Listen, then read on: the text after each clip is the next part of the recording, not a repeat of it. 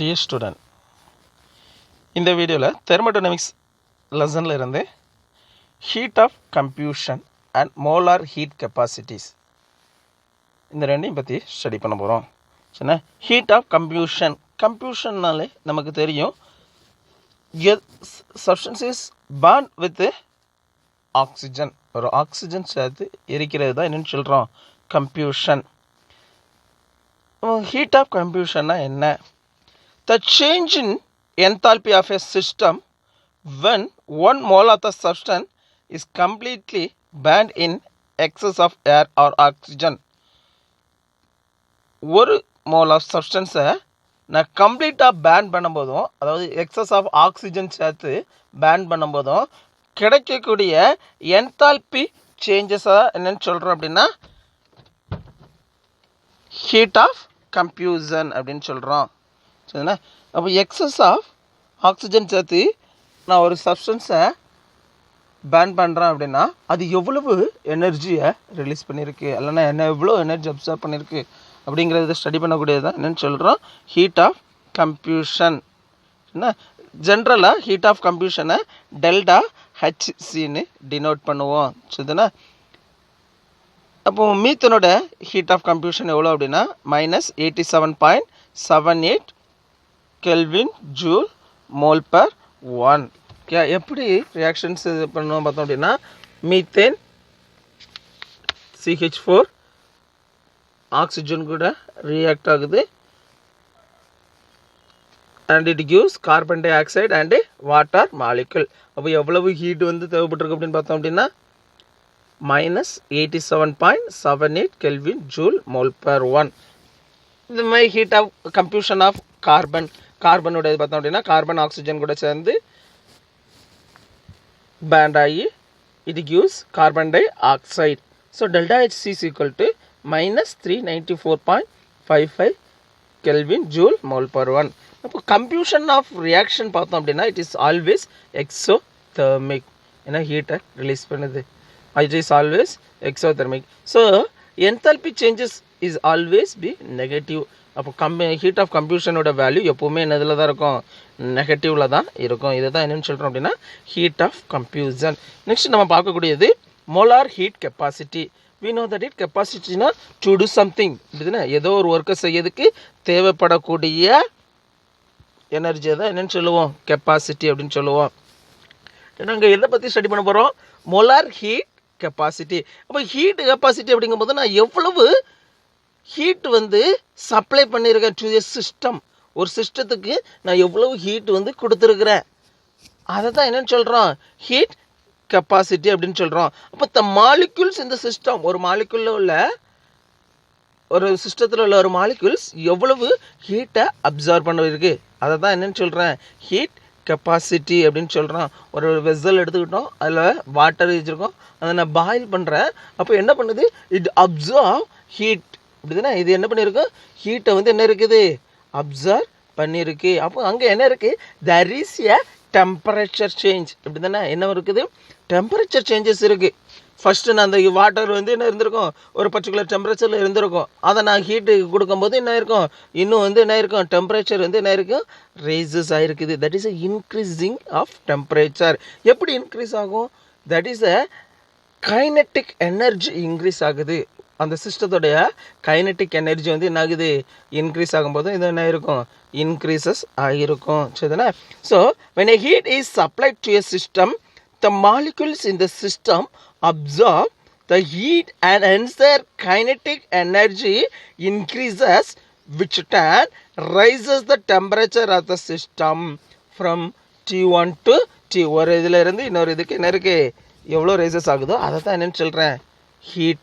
அப்படி தானே, அதுதான் என்னென்னு சொல்கிறோம், அதில் உள்ள ஹீட்டுன்னு சொல்கிறோம். அப்போ இந்த திஸ் ஹீட் இன்க்ரீசஸ் அப்படின்னா என்ன இருக்குது, T2 minus T1 சொல்லுவோம். ஜென்ரலாக நம்ம என்ன டினோட் பண்ணுவோம், delta T is directly proportional to, delta T வந்து எதுக்கு டைரக்ட்லி ப்ரொபோர்ஷனலாக இருக்கான்,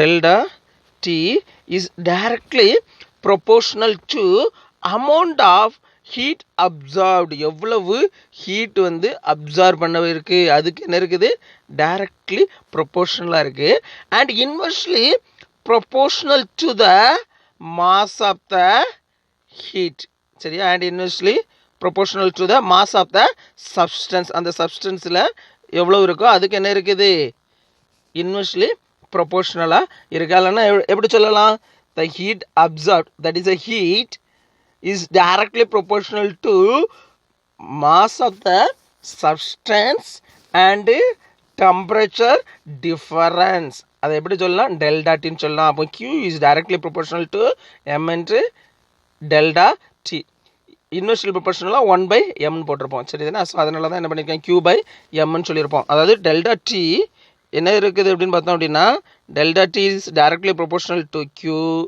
and delta T is inversely proportional to mass of the substance இதை தான் எவ்வளவு வந்து ஹீட் டெம்பரேச்சர் சேஞ்சஸ் இருக்குது அப்படிங்கிறத நம்ம மெஷர் பண்ணக்கூடிய மெத்தட் அப்போ Q equal to என்னன்னு போடலாம் இந்த டைரக்ட்லி ப்ரொபோர்ஷனல் அப்படிங்கிறதுக்கு என்ன பண்ண போகிறோம் அப்படின்னா ஒரு கான்ஸ்டன்ட் கொண்டு வர போகிறேன் இந்த டைரக்ட்லி ப்ரொபோர்ஷனலை ரிமூவல் பண்ணதுக்கு என்ன பண்ண போகிறேன் ஒரு கான்ஸ்டன்ட் கொண்டு வர போகிறேன் இங்கே என்ன கான்ஸ்டன்ட் கொண்டு வந்திருக்கிறேன் அப்படின்னா சி அப்படிங்கிற கான்ஸ்டன்ட் கொண்டு இருக்கேன் அப்போ Q equal to CM delta T இப்போ எனக்கு இந்த சியை மட்டும் இங்கே எடுத்துட்டது அப்போ என்ன வந்திருக்கலாம் C equal to என்ன வரும் Q/m delta T இந்த சிங்கிறது எதை குறிக்கும் அப்படின்னு பண்ணால் it is a heat capacity எதை குறிக்குது ஹீட் கெப்பாசிட்டி சரினா இந்த சிங்கிறது எதை குறிக்குது ஹீட் கெப்பாசிட்டி அப்போ எவ்வளவு ஹீட் வந்து அடாப்ட் ஆகிருக்குது எவ்வளோ ஹீட் வந்து அப்சர்வ் பண்ணப்பட்டிருக்கு எவ்வளோ ஹீட் வந்து ஒரு டெம்பரேச்சரை ரைஸ் பண்ண ஒரு பாயிண்ட்லேருந்து இன்னொரு பாயிண்ட்டுக்கு ரைஸ் பண்ணதுக்கு தேவைப்பட்டிருக்கு அப்படிங்கிறத பொறுத்து இருக்குது சரிதானே அப்போ இந்த டெஃபினிஷன் வச்சு C equal to Q/m into T2 minus T1 எழுதலாமா டெல்டா Tயா சரிங்களா இப்போ நான் என்ன பண்ண போகிறேன் அப்படின்னா மாஸ் ஆஃப் த சப்ஸ்டன்ஸ் இந்த எம்மோட வெயிட் எவ்வளோன்னு எடுத்துக்கிற போகிறேன் அப்படின்னா 1 kgன்னு எடுத்துக்கிறேன் சரிங்களா இந்த டெம்பரேச்சர் டிஃபரன்ஸ் நான் எவ்வளோ எடுத்துருக்க போகிறேன்னா 1 கெல்வின்னு எடுத்துருக்க போகிறேன் சரியா அப்போ இப்போ எவ்வளோ ஹீட் கெப்பாசிட்டி இருக்குங்கிறது தான் என்னென்னு சொல்கிறோம் அப்படின்னா ஸ்பெசிஃபிக் ஹீட் கெப்பாசிட்டின்னு சொல்கிறோம் என்னென்னு சொல்கிறோம் த ஸ்பெசிஃபிக் ஹீட் கெப்பாசிட்டி அப்போ ஸ்பெசிஃபிக் ஹீட் கெப்பாசிட்டி வந்து always is equal to the C equal to Qக்கு என்ன இருக்கும் ஈக்குவலாக இருக்கும் ஏன் அப்படின்னா இங்கேயும் ஒன்று இங்கேயும் ஒன்றுனா என்ன இருக்கும் C வந்து எதுக்கு ஆட்டோமேட்டிக்காக இருக்கும் Qக்கு ஈக்குவலாக இருக்கும் அப்போ இந்த ஸ்பெசிஃபிக் ஹீட் கெப்பாசிட்டியை எப்படி டிஃபைன் பண்ணலாம் அப்படின்னா the heat absorbed by 1 kilogram of a substance to raise its temperature by 1 Kelvin at a specified temperature ஒரு குறிப்பிட்ட டெம்பரேச்சருக்கு அதாவது 1 கெல்வினுக்கு நான் ரைஸ் பண்ணதுக்கு எவ்வளவு டெம்பரேச்சர் தேவைப்படும் அதாவது 1 கிலோகிராம் சப்ஸ்டன்ஸை நான் அதனுடைய டெம்பரேச்சரை எவ்வளோ கெல்வின் இது பண்ண போகிறேன் ஒன்லி 1 கெல்வின் இன்க்ரீஸ் பண்ண போகிறேன் அதுக்கு எவ்வளவு சப்ஸ்டன்ஸ் தேவைப்படும் அந்த சப்ஸ்டன்ஸை நம்ம என்னென்னு சொல்கிறோம் அப்படின்னு பார்த்தோம் அப்படின்னா ஸ்பெசிஃபிக் எவ்வளவு டெம்பரேச்சர் டிஃப்ரென்ஸ் இருக்கும் அதுதான் என்னென்னு சொல்கிறோம் அப்படின்னா ஸ்பெசிஃபிக் ஹீட் கெப்பாசிட்டி அப்படின்னு சொல்கிறோம் சரிண்ணா அப்போ இதே இடத்துல நாங்கள் 1 கிலோகிராம் எடுத்துருந்ததுல 1 மோல் ஆஃப் சப்ஸ்டன்ஸ் எடுத்துட்டோன்னா அப்படின்னா அதை என்னன்னு சொல்லுவோம் அப்படின்னா மோலார் ஹீட் கெப்பாசிட்டி அப்படின்னு சொல்கிறேன் 1 கிலோகிராமுக்கு பதிலாக என்ன எடுத்துருக்கிறேன் 1 மோல் ஆஃப் சப்ஸ்டன்ஸ் எடுத்திருந்தேன் அப்படின்னா that is a molar heat capacity அப்போ CMன்னு டினோட் பண்ணுவோம் இதனுடைய டெஃபினேஷன் எப்படி சொல்லுவோம் அப்படின்னா the amount of heat absorbed by 1 mole of the substance to raise its temperature by 1 Kelvin ஒரு கெல்வின் டெம்பரேச்சரை இன்க்ரீஸ் பண்ணிருக்கு அதாவது 1 mole of the substance வந்து 1 mole of substance உடைய டெம்பரேச்சரை எவ்வளவுக்கு இன்க்ரீஸ் பண்ணுறோம் 1 கெல்வினுக்கு இன்க்ரீஸ் பண்ணுறதுக்கு எவ்வளவு ஹீட் ரெக்யூர்டாக இருக்கோ அதை என்னென்னு சொல்கிறோம் அப்படின்னா மொலார் ஹீட் கெப்பாசிட்டி அப்படின்னு சொல்கிறோம் என்னென்னு சொல்கிறோம் மொலார் ஹீட் கெப்பாசிட்டி அப்போ இந்த மொலார் ஹீட் கெப்பாசிட்டியோட யூனிட் என்னங்கிறத நம்ம ஸ்டடி பண்ணலாமா யூனிட் ஆஃப் ஹீட் கெப்பாசிட்டி இந்த மொலார் ஹீட் கெப்பாசிட்டியோட யூனிட் என்னன்னு சொல்லணும் அப்படின்னா joule kelvin per 1 mole per 1 ஏன்னா எனக்கு ஜூலுங்கிறது கியூவோட குவான்டிட்டி அப்படி தானே கெல்வின் வந்து டெம்பரேச்சரோட குவான்டிட்டி அது பாட்டமில் தான் வருது மாஸ் ஆஃப் த சப்ஸ்டன்ஸ் நான் என்ன எடுத்துருக்கேன் 1 மோல்னு எடுத்துருக்கேன் ஸோ என்ன இருக்கேன் மோல்ங்கிற யூனிட் வந்து யூஸ் பண்ணியிருக்கோம் சரிங்களா? So the molar heat capacity இன்னும் ரெண்டு விதமாக எக்ஸ்பிரஸ் பண்ணுவாங்க. ஒன்று என்ன அப்படின்னா அட் கான்ஸ்டன்ட் வால்யூம் சிவின் டினோட் பண்ணுவோம். Another one at constant pressure CP. Molar heat கெப்பாசிட்டியை ரெண்டு இதில் எக்ஸ்பிரஸ் பண்ணலாம். ஒன்று வால்யூம் வந்து கான்ஸ்டண்ட்டாக வச்சுட்டோன்னா அது சிவின்னு சொல்லுவோம். இது ப்ரெஷரை கான்ஸ்டண்ட்டாக வச்சுட்டோன்னா அது என்னன்னு சொல்லுவோம், சிபின்னு சொல்லுவோம். அப்போ ஃபர்ஸ்ட் இது எப்படி டெரிவ் பண்ணியிருக்காங்க அப்படின்னு பார்க்கலாமா? ஃபர்ஸ்ட் லா ஆஃப் தெர்மோடைனமிக்ஸ் நம்ம பார்த்துருந்தோம். ஃபர்ஸ்ட் லா ஆஃப் தெர்மோடைனமிக்ஸில் U = Q + W அப்படின்னு நமக்கு தெரியும். அப்படி தானே? ஒரு இதனோட இன்டர்னல் எனர்ஜி வந்து எதுக்கு ஈக்குவலாக இருக்கும்? Q + Wக்கு ஈக்குவலாக இருக்கும். சரிண்ணா? இப்போ இந்த Wங்கிறது நமக்கு வேல்யூ நமக்கு தெரியும் என்ன, -PdV. ஸோ என்ன பண்ணியிருக்கேன், U = Q - PdV. சரிண்ணா? அப்போ Q = என்னவா இருக்கும், U + PdV. இந்த Qவங்க வச்சிருக்கிறேன் -PdVயை இந்த சைடு கொண்டு வந்துட்டு அது +PdVயாக மாறிடுச்சு. அதனால Q = என்ன வந்திருக்கு, U + PdV. இதை இப்போ என்ன பண்ண போகிறேன் அப்படின்னா டிஃபரன்ஷியேட் பண்ண போகிறேன். சரியா? With respect to temperature. இங்கே வந்து இந்த பார்ஷியல் டிஃபரன்ஷியேஷன் சொல்லுவாங்க. சரிண்ணா? இந்த பார்ஷியல் டிஃபரன்ஷியேஷன் பண்ணுறேன் வித் ரெஸ்பெக்ட் டு டெம்பரேச்சர். என்ன அப்படின்னா இங்கே வால்யூம் வந்து என்னவா எடுக்க போகிறேன், கான்ஸ்டன்ட் வால்யூம். அப்போ டிவி என்னவா இருக்கும், 0வா இருக்கும். டிவியோட வேல்யூ என்ன இருக்கும், 0வா இருக்கும். சரி, இப்போ டிஃபரன்ஷியேட் பண்ணலாமா? ஃபஸ்ட்டு டி வச்சு கியூவை டிஃபரன்ஷியேட் பண்ண போகிறேன். So doh Q by DD.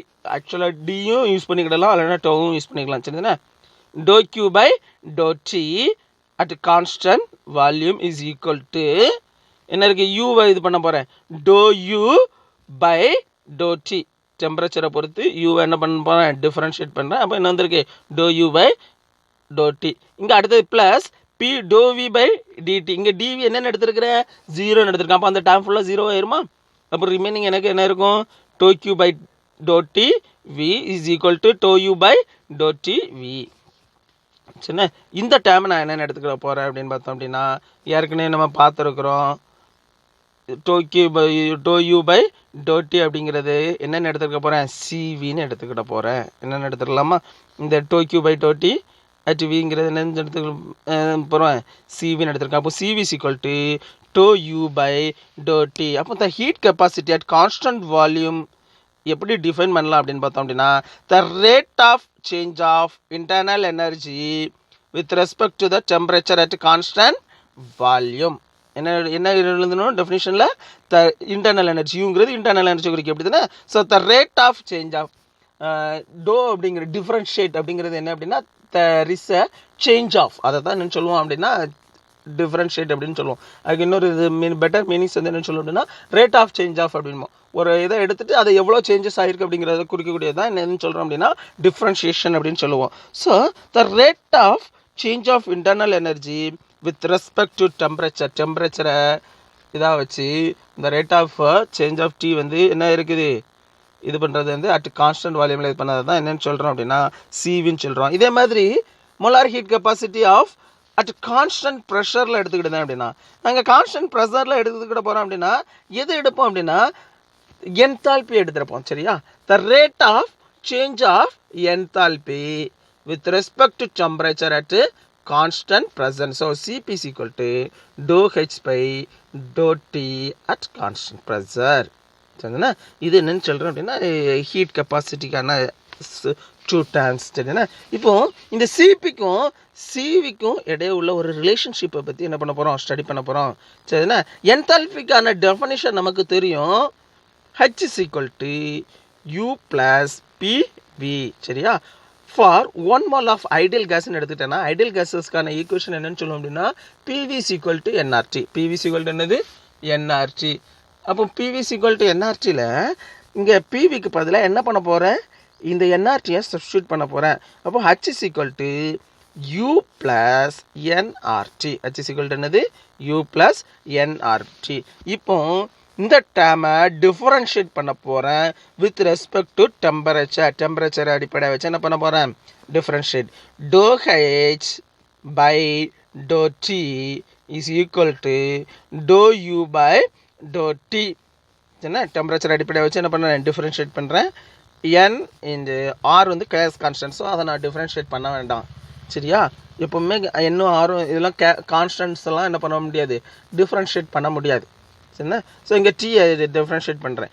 Todd T by dot T, dot T by டோட்டிங்கிறதுங்கிறது ஒன்றுன்னு போட்டுக்கலாமா? அப்போ delta doh H by dot T is equal to to U by dot T அப்படின்னு ப்ளஸ் என்ஆர்னு இருக்குமா? இப்போ டோ ஹெச் பை டோட்டி என்ன அப்படின்னு சொல்லியிருப்போம், சிபின்னு சொல்லியிருக்கோம். அந்த இடத்துல சிபி போட்டுடலாமா? டோ யூ பை டோட்டி என்னன்னு சொல்லியிருப்போம், சிவின்னு சொல்லியிருக்கிறோம். ஸோ என்ன பண்ணிடல, சிவின்னு போட்டுடலாமா? அப்போ CP is equal to CV plus NR. இப்போ இந்த சிவியை இந்த சைடு கொண்டு வந்துடலாமா? CP minus CV is equal to NR. இப்போ அட் கான்ஸ்டன்ட் ப்ரெஷர் உள்ள ஒரு ப்ராசஸில் ஒரு ஒர்க்கு நடக்கணும் அப்படின்னா அந்த ப்ராசஸில் சிஸ்டம் வந்து என்ன இருக்கணும் அப்படின்னா, it require more heat to effect. சரின்னா அதிகமான ஹீட் வந்து இருக்கணும். அதாவது சிபியோட வேல்யூ, அதாவது அட் கான்ஸ்டன்ட் ப்ரெஷரில் வந்து அதனோட சிபியோட வேல்யூ வந்து ஆல்வேஸ் கிரேட்டர் தென் கான்ஸ்டன்ட் வால்யூமில் உள்ள ஹீட் கெப்பாசிட்டியை விட என்ன இருக்கணும், அதிகமாக இருக்கணும். அப்போ CP is always greater than CV. சரிண்ணா? இப்போ இதில் இருந்து என்ன பண்ணலாம் அப்படின்னா, டெல்டா யூ அண்ட் டெல்டா ஹெச்சோட வேல்யூ வந்து என்ன பண்ணலாம், இது பண்ணிடலாம். CV is equal to due by dT அல்லனா டோ யூ பை டோட்டின்னு ஓடலாம். சரிதானே? அப்போ நான் என்ன கண்டுபிடிக்கணும், எனக்கு இன்டர்னல் எனர்ஜி தானே நான் கண்டுபிடிக்கணும். நம்ம கால்குலேஷன் ஆஃப் டெல்டா யூ தானே கேட்டிருக்கோம். அப்போ இந்த இதை என்ன பண்ணலாம், சிவி சிக்வல் என்னென்னு போட்டுருக்கலாம், டியூ பை டிடி எப்படி கன்வெர்ட் பண்ணிடலாம். எனக்கு டியூ மட்டும் தான் இங்கே வச்சுருவோமா, டியூ வச்சுட்டு அப்போ டிடி அந்த சைடு வந்தோமா, என்ன வந்திருக்கும், dU equal to CV into dT. அப்போ ஃபார் எ ஃபைனைட் சேஞ்ச் நம்ம எப்பவுமே டெல்டாங்கிற வேல்யூ என்ன பண்ணலாம், டிஃபரன்ஷியேஷனுக்கு என்ன பண்ணலாம், டெல்டா அப்படிங்கிற வேல்யூ யூஸ் பண்ணலாம். So delta U equal to CV into delta T. we know that delta t அப்படிங்கிறது என்னன்னு சொல்லுவோம், t2 minus t1. சரிண்ணா?